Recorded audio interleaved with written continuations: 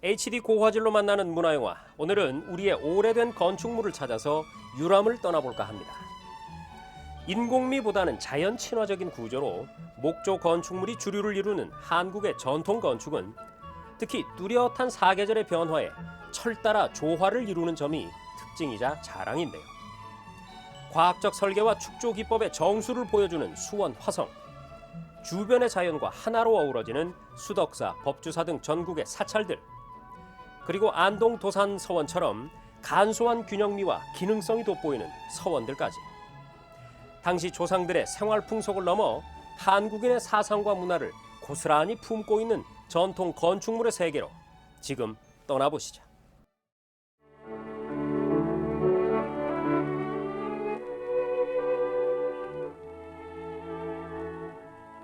한국의 건축. 한국 전래의 건축은 뚜렷한 사계절과 수려한 자연 환경의 조화를 이루며 발전해 왔다.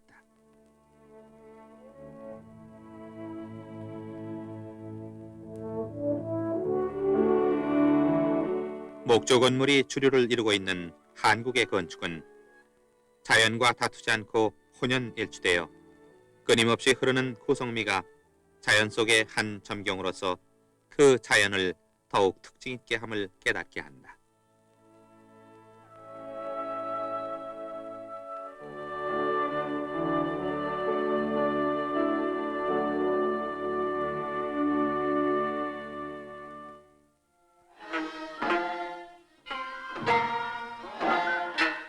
시대조류의 급격한 변화 속에서도 이와 같은 전통적이고 고유한 건축물을 배경으로 한국인의 민속예술과 풍습은 그 특성을 더욱 뚜렷이하며 면면히 이어내려오고 있다. 건축과 자연, 그리고 민속이 잘 조화됨으로써 한국의 멋은 더욱 고조된다.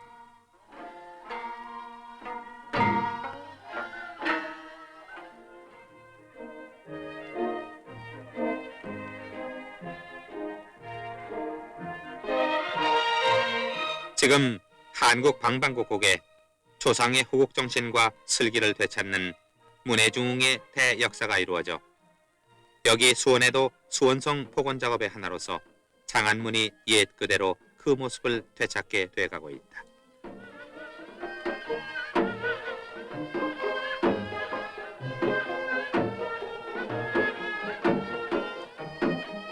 우리는 여기서 한국의 목조 건축의 한 모습을 볼 수 있다. 얼핏 한국 목조 건축을 보면 세밀한 설계에 의하지 않은 것 같이 보이나 눈여겨보면 과학적인 건축 방법으로 세워지고 있음을 알 수 있다.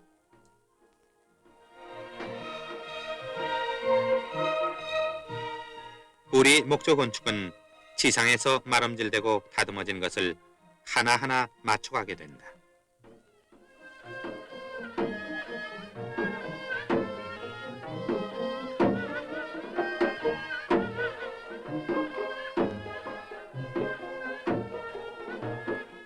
처음에 세워질 기둥으로부터 시작해서 맨 위에 석갈의 합각에 이르기까지 미리 마련되어 조립하기 전에 벌써 재료는 다 만들어 놓는 것이다.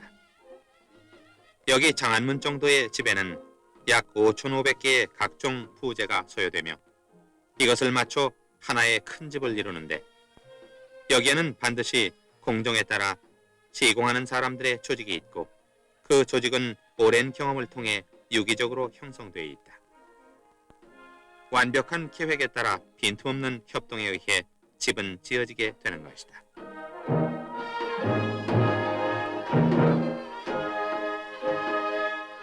기와를 이면서 한쪽에서는 단청이 시작되는데 그 원안은 전문가의 손에 먼저 작성된다. 이 단청은 일찍이 고구려 때부터 시작해서 오늘에 이르기까지 이어져 내려오고 있다. 이러한 전통적인 단청 기법을 전승 발전시키기 위해 그 기술을 무형문화재로 지정했는데 그중 한 분이 여기 만봉 스님이다. 단청은 푸른색, 붉은색 등 5색을 사용하여 무늬와 그림을 그리는 것이다.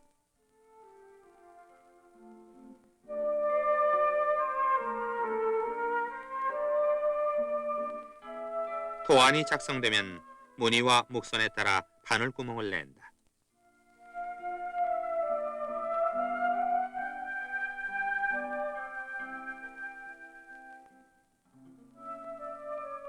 이 작성된 도안을 기둥, 대들보, 석가래 등에 대고 분가루를 넣은 주머니로 두들기면 종이에 그린 무늬의 윤곽이 나타나고 여기에 따라 단청하게 된다.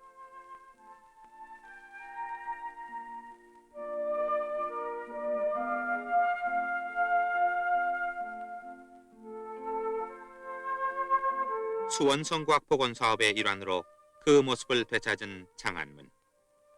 우리의 고유한 건축미는 우리 민족이 쌓아온 생활의 기념탑이기에 민족문화재로 아끼고 사랑을 받고 있다.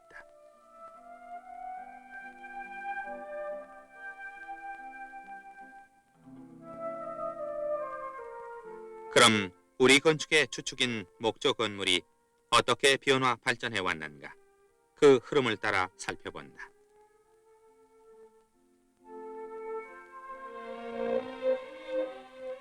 여기는 국립중앙박물관. 전시된 집 모양의 토기에서 오래전 한국인의 가옥 형태를 짐작할 수 있다.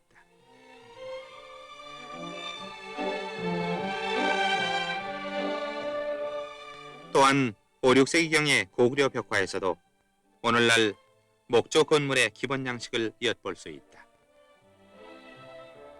익산의 미륵사지 석탑. 백제 또한 당시의 목조 건물은 남아있는 것이 없고 건물 유적과 이러한 석탑만이 남아 당시 목조탑의 모습을 짐작하게 한다. 이러한 탑은 화강암을 재료로 석재의 특성을 살려 목조탑을 본따 만든 것이다.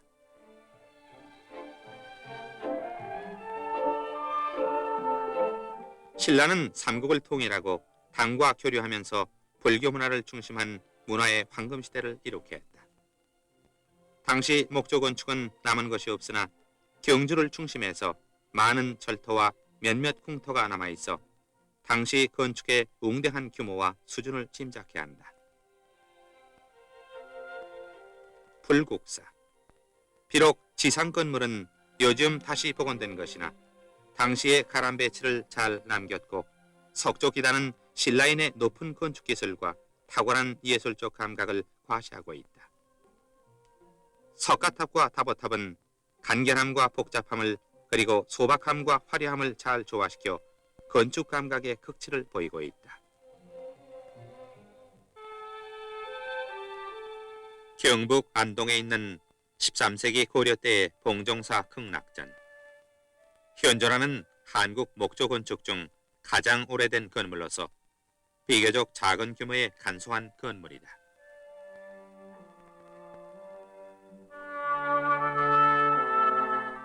비록 이 건물은 고려시대의 것이지만 통일신라시대의 석조물에서 보는 기법의 부재가 보여 통일신라시대의 건축 양식을 충실히 계승하고 있는 유일한 것으로 여겨지고 있다.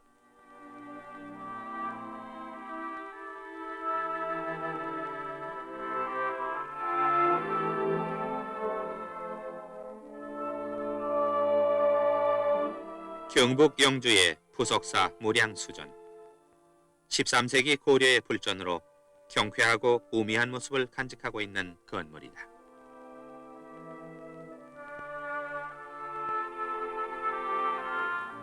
기둥 위에만 투공을 얹은 조심포 건물로 내귀는 팔각 활주로 받쳐 있다.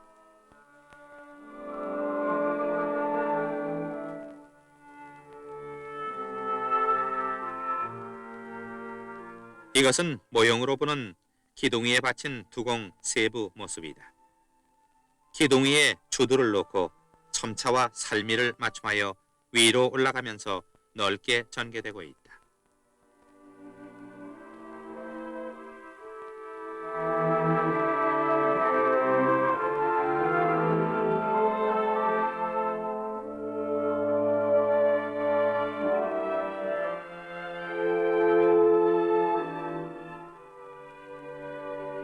그 내부를 보면 국보인 아미타열의상을 안치하고 있는데 내부의 기둥에서부터 종도리에 이르는 가구 부재의 하나하나가 부처를 중심으로 좌우 균형을 이루면서 짜여져 근엄한 분위기를 자아내고 있다.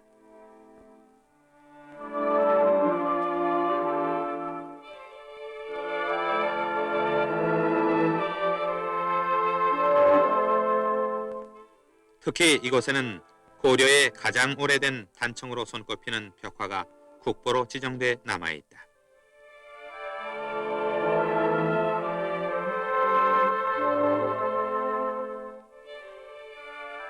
후속사의 경내에 있는 조사당. 같은 고려시대의 건물로 국보로 지정돼 있다.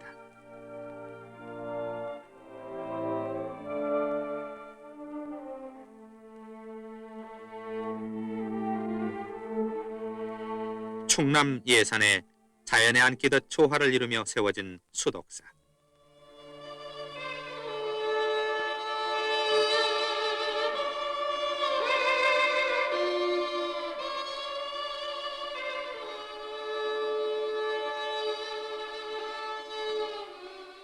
고려 충렬왕 34년 1308년에 건립된 사찰로 그 건립연대가 가장 확실한 것으로도 유명하다. 고려시대의 주심포계 건물이지만은 앞서 본 건물들과는 다른 수법을 볼 수 있는데 여기 두공과 가구에서 보여주는 세련된 곡선미와 질서 있는 구성미는 형식에서 벗어난 자유로운 수법으로의 발돋움이며 이 건물의 특성을 이루고 있다.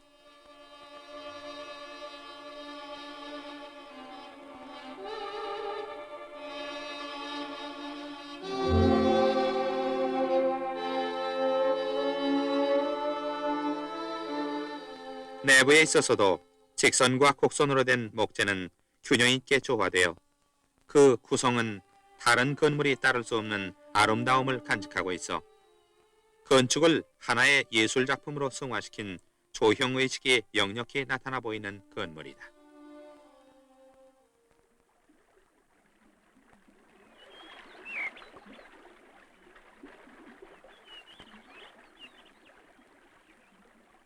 전남 승주군에 자리한 송광사. 주위 환경을 조금도 훼손하지 않고 자연 경관과 조화를 이루고 있다.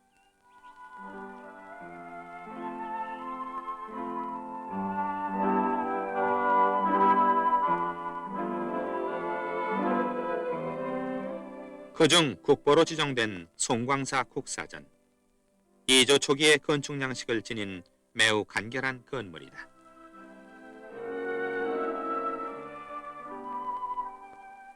내부에는 송광사의 세 분 조사의 화상이 안치되어 있고 천정에는 용과 연꽃 단청이 아직도 선명히 남아있다.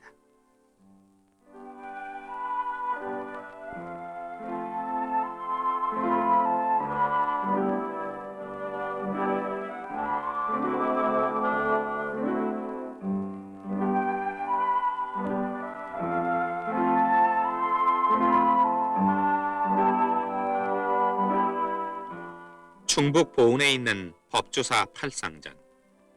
1624년에 세워진 한국 유일의 목조 5층 탑이다.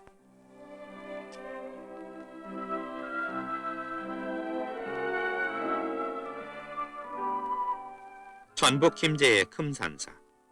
외관상 3층 불전으로 타퍼집이다. 타퍼집이란 기둥 위에만 두공 가구가 있는 것이 아니고 기둥과 기둥 사이에도 두공이 배치되며 고려 마렵에 들어온 전혀 새로운 양식이다.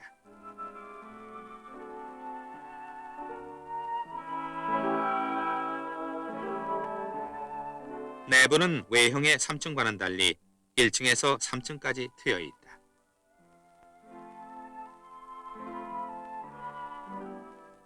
전남 화순에 있는 쌍봉사 대웅전. 원래는 3층 목탑이었던 건물로서 내부는 아름다운 가구 구조가 우물천정 상부에 전개되고 있다.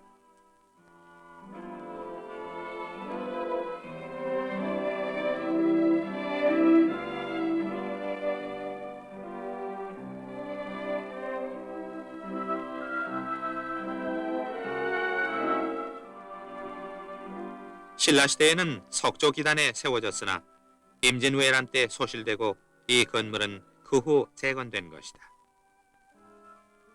이 건물은 대건축의 관록을 10분 갖추고 규모에 비해 안정된 자세와 위험은 물론 비례 균형이 우수하다.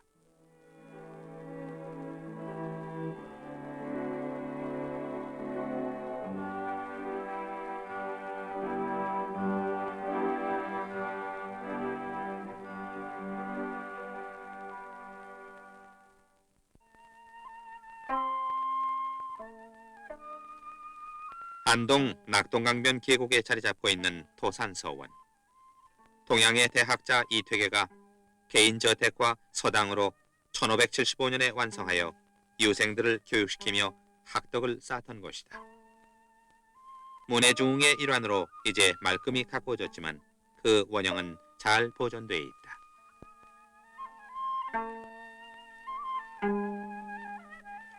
이 서원의 건축은 전체적으로 간소하며 이태계의 품격과 학문적 자세를 잘 반영한 것이라 하겠다.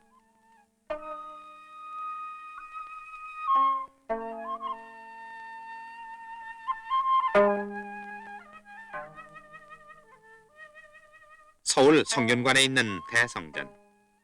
조선 왕조에서는 유교를 정치, 교육의 기본 이념으로 삼고 공자를 모시는 대성전을 두었는데 서울 문묘는 그 중심이 되는 곳이다.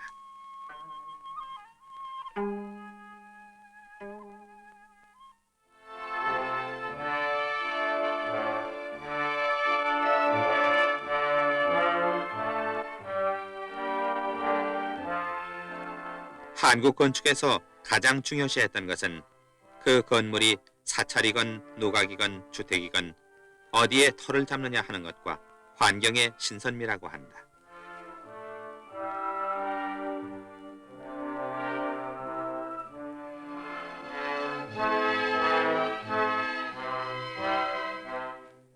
한국의 건축은 자연 환경과 혼연일치되어 자기를 주장하지 않고 건축 원래의 기능에 충실한 안정된 조화를 유지하고 있다. 그러므로 우리 목조 건물의 아름다움은 세부 수법의 섬세함에 있는 것도 아니며 고답적인 위험에 있는 것도 아니다. 인공으로 된 구조물이면서도 주변의 분위기와 서로 조화되어 이룩하는 조형미에 있다.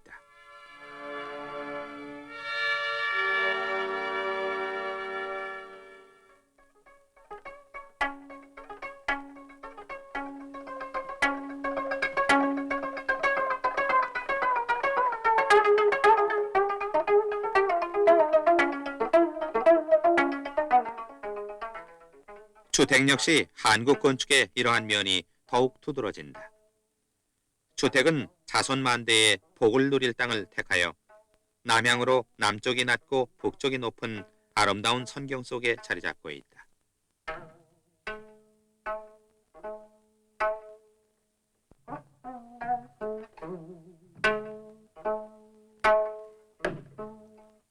여기 경북 안동 하회마을. 조선 중류 주택들이 잘 보존되고 있는 곳이다.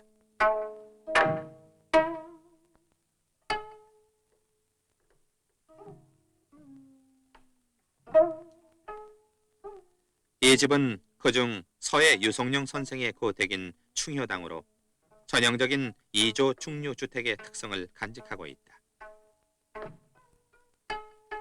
행랑채에 달린 소설대문을 들어서면 사랑채의 대청마루에 이르게 되는데 사랑채의 기능은 원래 가장의 거실로 서재와 접객의 구실이 추가되며 주택 건물 가운데서 가장 정성 들여 꾸며지는 공간이다. 따라서 이 사랑채야말로 한국의 사상, 문화, 정치를 낳는 산실이요 한국적 생활의 멋을 가장 진하게 풍기는 곳이기도 하다.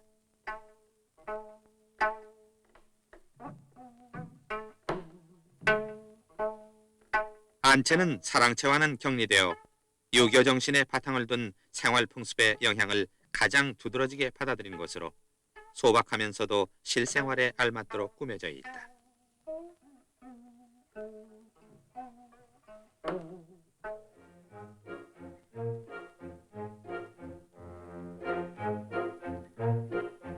이조 왕궁의 깊숙한 금원 속에 자리 잡고 있는 연경당.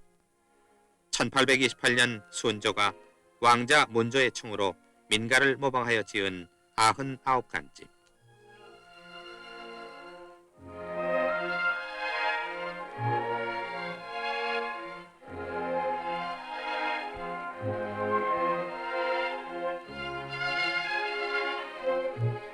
한국이 나온 조형문화 중에 이 주택문화처럼 한국적 개성을 드러내는 것이 없고 또 그 중에서도 가장 세련된 예의 하나가 바로 이 연경당이다.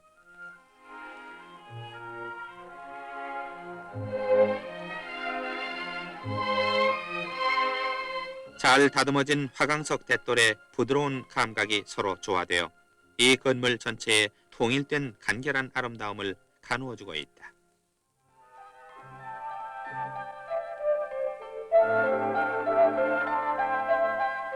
여러 모양의 한국 건축의 창살은 거기 드리우는 그림자와 함께 한국인의 독자적인 서정이 깃들어 있다.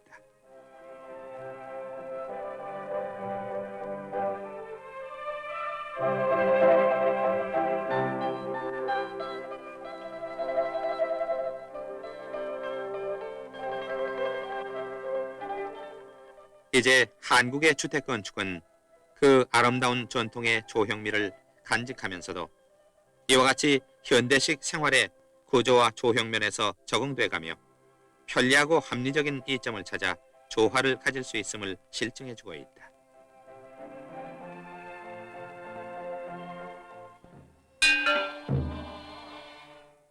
수도 서울의 토송의 정문인 남대문. 서울에는 왕궁을 비롯해서 옛 건축물들이 그 면면이 이어오는 전통과 함께 여러 곳에 많이 남아있다.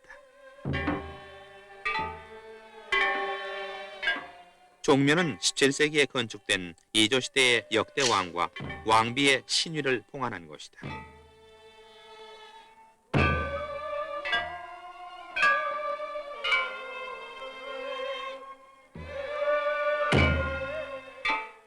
해마다 여기에서 제례가 베풀어지는데 이는 한국인의 사상과 생활 감정의 연면한 전승을 말하며 특히 한민족 생활 이념의 기둥인 충과 효의 사상이 성화 결정된 의식이기도 하다.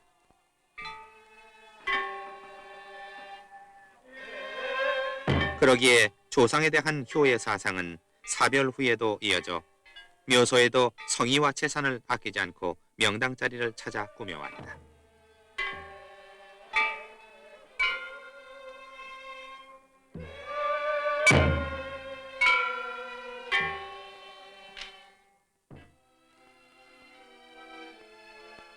한국 건축에서는 본 건물뿐 아니라 담이나 굴뚝 하나 배치하고 꾸미는데도 인공미나 자연미가 서로 조화되도록 노력하여 본 건물에 못지않는 아름다움을 자아내고 있다.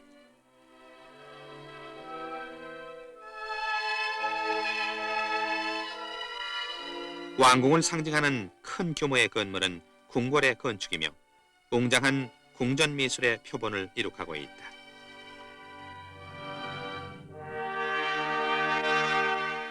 이렇듯 한국의 건축은 한국인이 그 오랜 전통과 함께 몸담아오며 정치, 종교, 사상, 문화를 창조하고 전승해온 역사의 산실이다. 그래서 한국인은 새로운 건설을 늦추지 않으면서도 우리의 전통과 사상을 담아온 고건축의 보존과 발전에 결코 소홀하지 않을 것이다.